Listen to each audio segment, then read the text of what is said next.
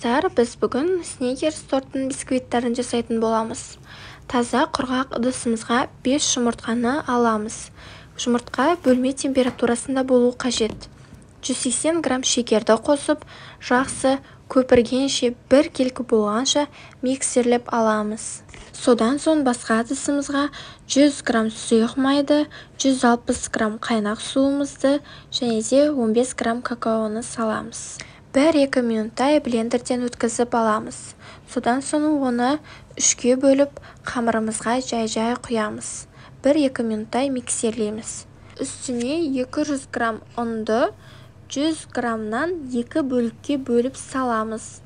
Ең соңғы салғанымызда бір келкі болғанша барлығы жақсы араласуы қажет.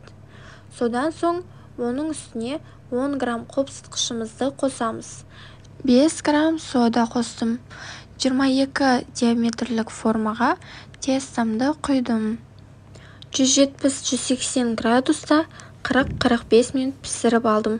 Менің бисквитім